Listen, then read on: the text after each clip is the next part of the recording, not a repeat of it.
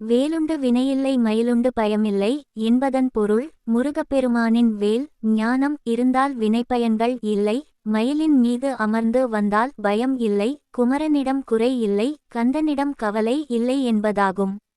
இது முருகனை வழிபடுவதன் மூலம் துன்பங்கள் நீங்கும், இன்பங்கள் பெருகும் என்பதை பக்திபூர்வமாக உணர்த்தும் வரிகளாகும். வேலுண்டு வினையில்லை. இங்கு வேல் என்பது முருகனின் கையில் இருக்கும் வேலுடன் மெய்யறிவு அல்லது ஞானத்தையும் குறிக்கிறது. மெய்யறிவை பெற்றால் செயல்களின் விளைவுகளால் வினைப்பயன் நாம் பாதிக்கப்படுவதில்லை. மயிலுண்டு பயமில்லை. முருகப்பெருமான் மயிலின் மீது அமர்ந்து வருவதை குறிக்கிறது. மயிலின் மீது வந்துவிட்டால் எந்தவொரு பயம், கவலை அல்லது துன்பமும் இல்லை என்று பொருள். குகனுண்டு குறையில்லை. குகன் என்பது முருகனின் மற்றொரு பெயர்.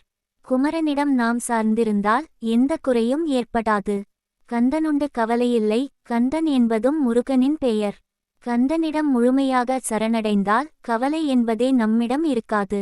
சுருக்கமாக, இது முருக பக்தியின் மகத்துவத்தை எடுத்துரைக்கும் ஒரு பக்தி பாடல் வரிகளாகும்.